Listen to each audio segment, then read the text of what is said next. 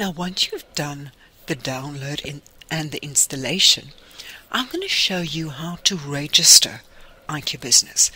So you have a shortcut here on your desktop. Now first of all, you have to make sure that each terminal that will be using IQ have a proper target number, or a unique target number is the right word.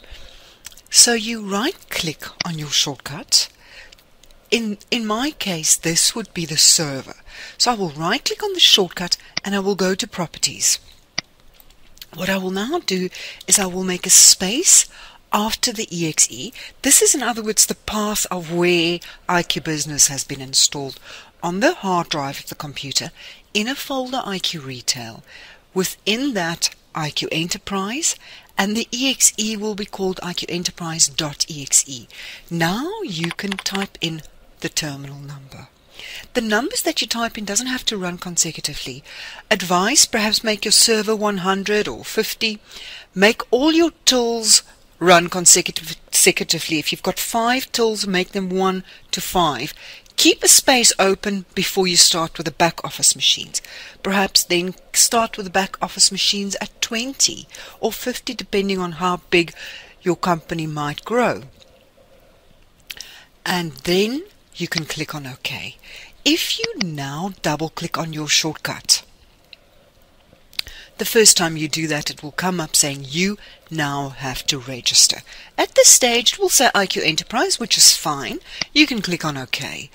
Now you have to fill in this information with as much detail as you possibly can. Please remember to always try and keep your registered to name the same. Fill in all the detail here. Make sure you type in the email address you would want to use for the registration to come back to you. You can add a reseller email address, you can add some additional email addresses.